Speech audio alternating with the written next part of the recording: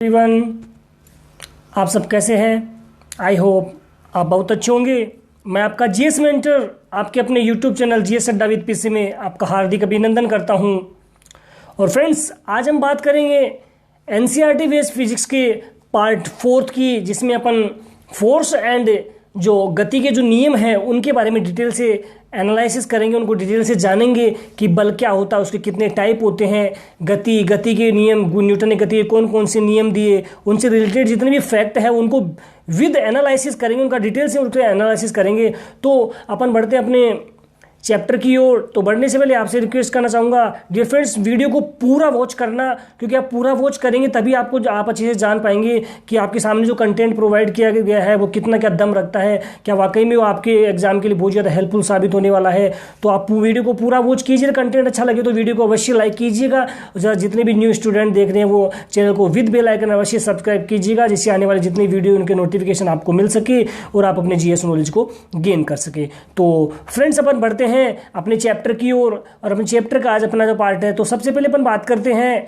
बल के बारे में कि बल क्या चीज होती है। तो फ्रेंड्स, बल वह बाह्य कारक होता है जो किसी पिंड रूप या आकार में परिवर्तन कर सकता है। यानी कि वह बाह्य कारक जो किसी पिंड के रूप या उसके आकार में परिवर्तन कर सकता है, क्या कहलाता है? फोर्स कहलाता है। कहने का मतलब अब आकार में परिवर्तन, जैसे कोई भी पिंड है, कोई भी कण है, अगर उसके रूप में उसके परिवर्तन, उसका जो आकार, उसकी साइज होती है, उसमें चेंज कर देता है, तो वह कारक क्या कहलाता है? बल कहलाता है। उसकी अन्य डेफिनेशन जानिए तो वह कारक जो पिंड की विराम अवस्था या एक समान गति की अवस्था में परिवर्तन कर देता है, तो यह परिवर्तन करने वाली जो प्रवृत्ति रखता है वह क्या कहलाता है? बल कहलाता है। ओके फ्रेंड, कहने का फिर से रिपीट करूं कि वह कारक जो किसी पिंड की विराम, यानी कि उसकी जो न्यूट्रल स्टेज है उसमें विराम अवस्था में या फिर एक समान गति की अवस्था में परिवर्तन कर सकता है, तो ऐसी प्रवृत्ति रखने वाला कारक क्या कहलाता है? बल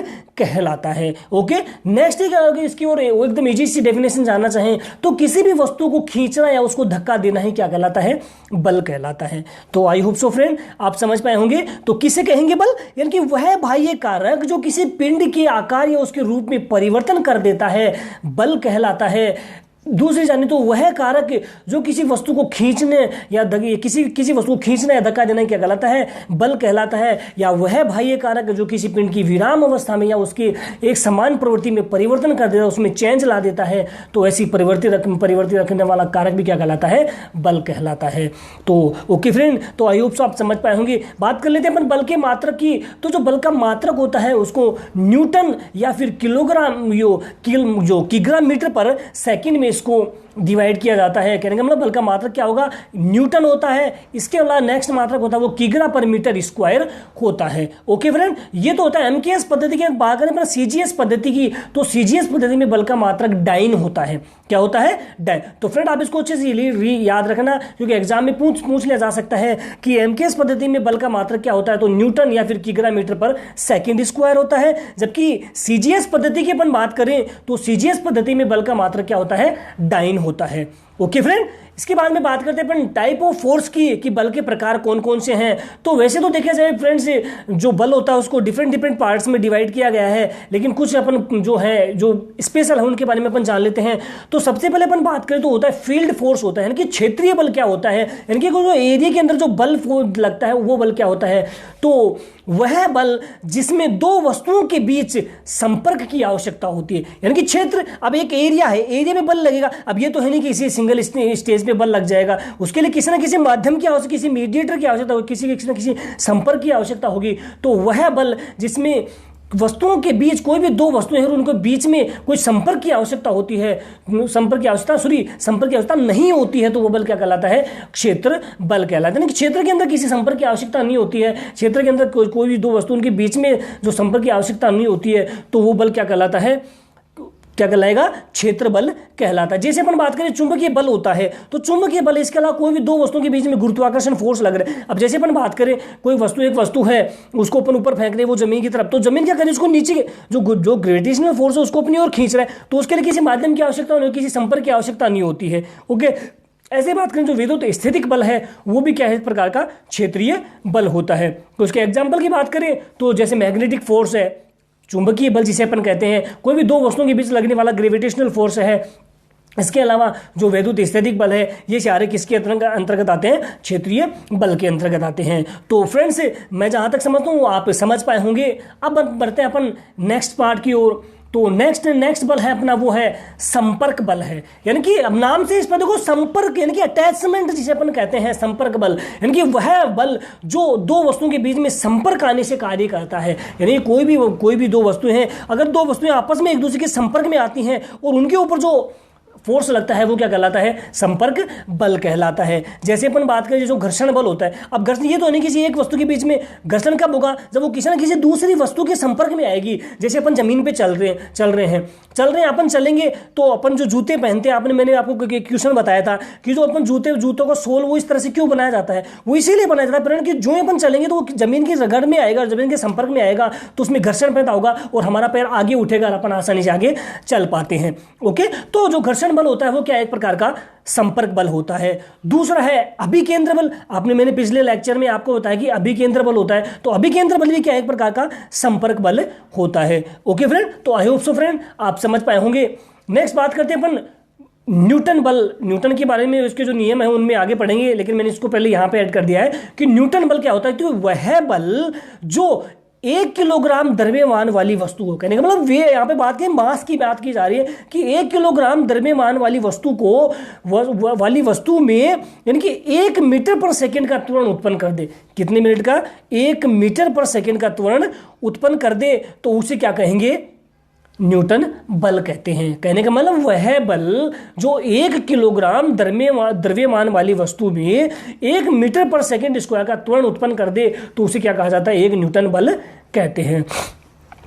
ओके फ्रेंड, तो आप समझ पाए होंगे। क्वेश्चन आपसे पूछा जा सकता है कि न्यूटन बल क्या होता है, न्यूटन बल किसे कहते हैं? तो आपको बता दें, सीधा सा ध्यान रखो कि वह बल जो 1 किलोग्राम द्रव्यमान वाली वस्तु में 1 मीटर पर सेकंड स्क्वायर का त्वरण उत्पन्न कर दे, उसे क्या कहेंगे? न्यूटन बल कहते हैं। ओके फ्रेंड, नेक्स्ट अपन बात करते हैं वो ब्रह्मांड के मुख्य बल। इसके अलावा जो ब्रह्मांड में और जो अंतरिक्ष में होते हैं और कौन कौन से बल होते हैं उनके बारे में जानते हैं। तो सबसे पहला बल है वो है विद्युत चुंबकीय बल, यानी कि इलेक्ट्रिक जो मैग्नेटिक फोर्स होता है उसके बारे में। तो विद्युत चुंबक, देखो नाम से विद्युत चुंबकीय बल, यानी कि विद्युत और चुंबक का स्पष्ट का एक दूसरे में संपर्क होगा, तो नाम से स्पष्ट विद्युत चुंबकीय बल, यानी कि वह बल यानी कि जो विद्युत क्षेत्र और चुंबकीय बल के संयुक्त प्रभाव से उत्पन्न होने वाला बल क्या कहलाता है? विद्युत चुंबकीय बल कहलाता है। ओके फ्रेंड, देखो नाम से स्पष्ट है विद्युत चुंबक बल।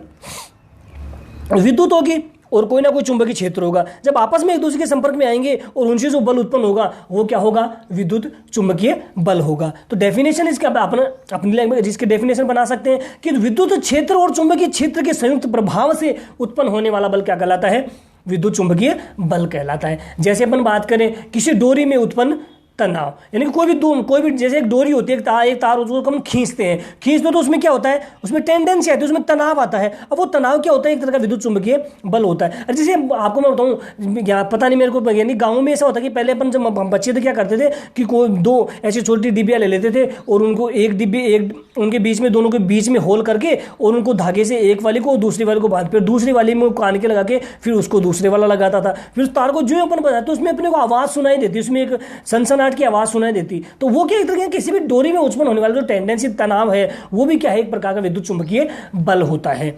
ओके फ्रेंड, नेक्स्ट बात करते हैं अपन ग्रेविटेशनल फोर्स की कि ग्रेविटेशनल फोर्स होता है वो क्या होता है। तो डियर फ्रेंड्स, ग्रेविटेशनल देखो नाम से इस पर ग्रेविटेशनल फोर्स यानी कि गुरुत्वाकर्षण बल, यानी कि गुरुत्व आकर्षण बल, यानी कि गुरुत्व यानी कि कोई भी दो विभिन्न जो वस्तु है उनको एक दूसरे और उनमें लगाया जाने वाला बल, एक दूसरे को आकर्षित करने वाला बल वो क्या कहलाता है? जैसे अपन कोई वस्तु है, वस्तु को पृथ्वी अपनी ओर खींच रही है, तो किस वजह से?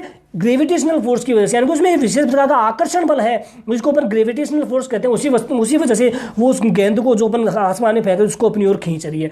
तो दो विभिन्न द्रव्यमान वाले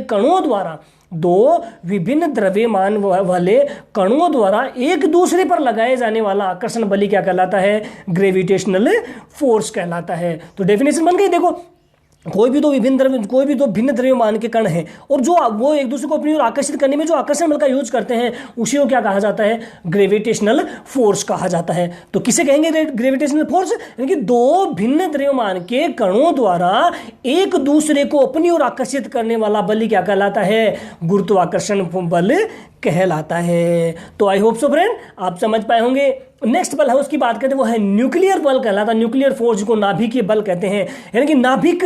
अब नाभिक क्या होता है? परमाणु का केंद्र होता है, और परमाणु के केंद्र में क्या प्रेजेंट होते हैं? परमाणु के केंद्र में फ्रेंड्स न्यूट्रॉन और प्रोटॉन प्रेजेंट होते हैं। उसके बाह्यतम कक्ष में क्या होते हैं? इलेक्ट्रॉन प्रेजेंट होते हैं। तो नाभिकीय बल की अपन बात करें, दो नाभिकों के बीच लगने वाला बल क्या कहलाता है? नाभिकीय बल कहलाता है। और ये बल होता है डियर फ्रेंड्स, ये सबसे ज्यादा शक्तिशाली बल होता है, क्योंकि नाभिक होता है केंद्र पे बल होता है, वो पूरे परमाणु को कंट्रोल करता है, तो इसीलिए इसको नाभिक बल कहते हैं। नाभिक बल क्या होता है? दो नाभिकीय कणों के मध्य लगने वाला बल क्या कहलाता है? नाभिकीय बल कहलाता है। ओके फ्रेंड, और यह सबसे शक्तिशाली बल है। नेक्स्ट है 4th नंबर का लघु बल, स्मॉल फोर्स जिसे अपन कहते हैं, शॉर्ट फोर्स कहते हैं। तो लघु बल यानी कि ये बल, यानी कि एक प्रकार की अभिक्रिया होती है, यानी कि इस बल के अंदर अभिक्रियाएं होती हैं जो केवल इलेक्ट्रॉन, प्रोटॉन और न्यूट्रॉन की उपस्थिति में संपन्न होती है। यानी कि वह बल जो केवल न्यूट्रॉन, इलेक्ट्रॉन और प्रोटॉन की प्रेजेंटशिप में ही संपन्न होता है, कौन सा बल कहलाता है? लघु बल कहलाता है। ओके फ्रेंड, तो आप समझ पाए होंगे। तो बढ़ते हैं नेक्स्ट। तो नेक्स्ट अपन बात करते हैं न्यूटन की गति के नियम। तो जो न्यूटन है, न्यूटन की गति के विषय को उपरोक्त 3 नियम स्वयं सिद्ध होते हैं, और इन नियमों के बारे में अपन डिटेल से एनालिसिस करते हैं। तो इनमें सबसे पहला नियम है वो कौन सा है? जड़त्व का नियम है। तो न्यूटन ने अपने गति के नियम दिए थे, तो 3 नियम दिए थे, तो उनमें सबसे पहला नियम है जड़त्व का नियम, जिसको अपन डिटेल से जानते हैं कि जड़त्व यानी कि वह नियम, यानी कि इस नियम के अनुसार कोई भी वस्तु अपनी विराम अवस्था में है या अपनी स्थिर अवस्था में है या अपने एक सरल रेखा पर है, तो एक समान रूप से गति कर रही है, तो वह तब तक उसमें बनी रहती है कि जब तक उस पर कोई ना कोई बाह्य बल कार्य ना करे। ओके फ्रेंड, यानी क्या किसे कहेंगे जड़त्व बल? यानी कि वह बल या वह नियम जिस नियम के अनुसार कोई वस्तु अपनी विराम अवस्था में है अथवा सरल रेखा पर एक समान रूप से गति कर रही है, तो वह तब तक उस पर बनी रहती है जब तक उस पर कोई ना कोई बाह्य फोर्स कार्य ना करे। तो वह क्या कहलाता है? न्यूटन की गति का प्रथम नियम कहलाता है। तो ओके फ्रेंड, मैंने आपको बिल्कुल इजी वे में बताया है। तो इसे कहेंगे न्यूटन गति का प्रथम नियम, जिसको इस नियम को गैलीलियो का जड़त्व का नियम भी कहते हैं, यानी कि गैलीलियो ने इसके बारे में बताया था, इसको इसीलिए गैलीलियो का जड़त्व का नियम भी कहते हैं। ओके फ्रेंड, अब यहाँ पे देखो, 3 शब्द आए हैं, एक द्रव्यमान, जड़त्व और संवेग। तो इनके बारे में अपन जान लेते हैं कि ये क्या चीजें होती हैं। तो सबसे पहले अपन जानते हैं जड़त्व के बारे में, यानी कि किसी भी वस्तु का वह प्राकृतिक गुण, ध्यान से सुनना, किसी भी वस्तु का वह प्राकृतिक गुण जो उसके विराम या गति की अवस्था में परिवर्तन का विरोध करता है, तो उसे क्या कहेंगे? जड़त्व का, उसे जड़त्व कहा जाता है या जड़त्व कहलाता है। फिर से रिपीट कर रहा हूं फ्रेंड, यानी कि किसी भी वस्तु का वह गुण जो उसकी विराम या गति की अवस्था में परिवर्तन का विरोध करता है, तो उसे क्या कहते हैं? जड़त्व कहते हैं। ओके फ्रेंड, नेक्स्ट अपन बात करते हैं मास की, द्रव्यमान की। तो किसी वस्तु के जड़त्व का माप ही क्या कहलाता है? उस वस्तु का द्रव्यमान कहलाता है। यानी कोई भी वस्तु और वस्तु का जड़त्व, अब जड़त्व क्या हो गया?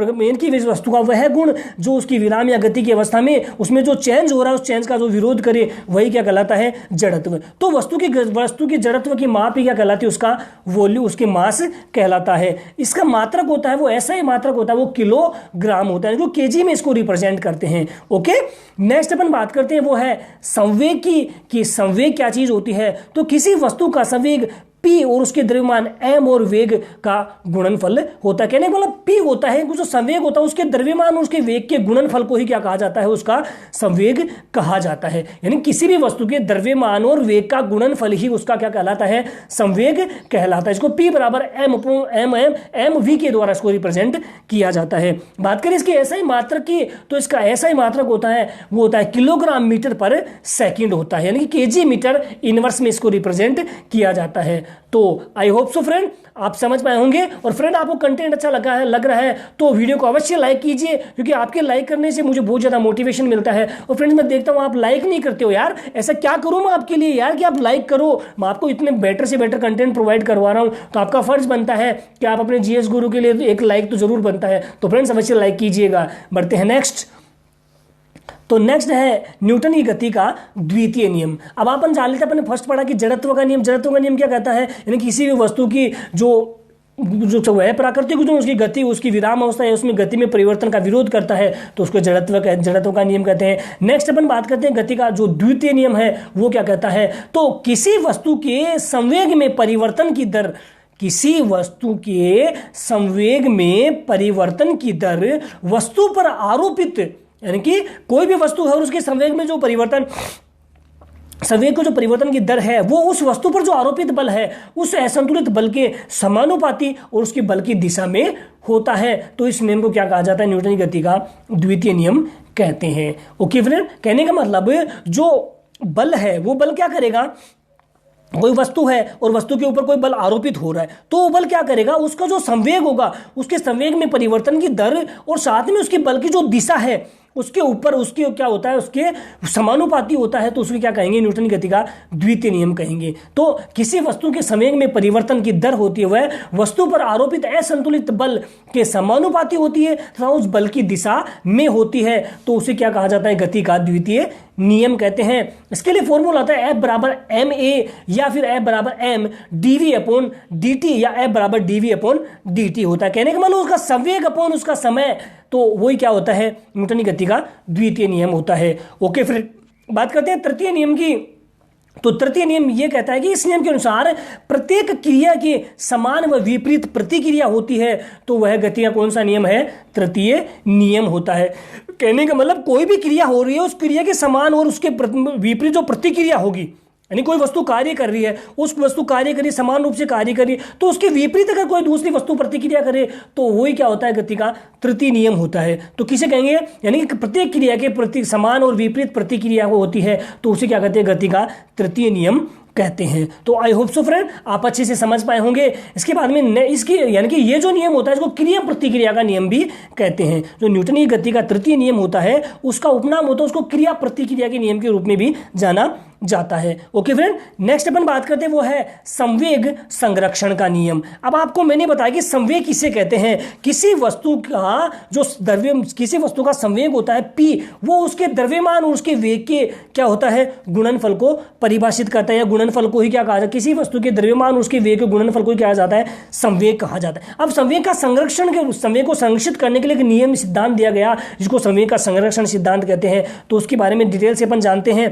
तो दो या दो से अधिक पिंडों के, ध्यान से सुनना, दो या दो से अधिक पिंडों के निकाय पर कोई बाह्य बल कार्य न करे तो निकाय का संवेग अपरिवर्तित रहता है। तो इससे स्पष्ट है कि एक पिंड में जितना संवेग परिवर्तन होता है दूसरे में उतना ही परिवर्तन उसके विपरीत दिशा में हो जाता है और वही क्या कहलाता है? संवेग का संरक्षण सिद्धांत कहलाता है। मेरे कहने का मतलब समझो कि कोई भी दो वस्तुओं, कोई भी दो या दो से अधिक पिंड है, उनके उनके निकाय पर कोई भी बल कार्य ना करे तो जो निकाय का जो संवेग रहेगा, अभी कोई भी वस्तु पर कोई कार्य नहीं करेगा तो उसका संवेग क्या रहेगा?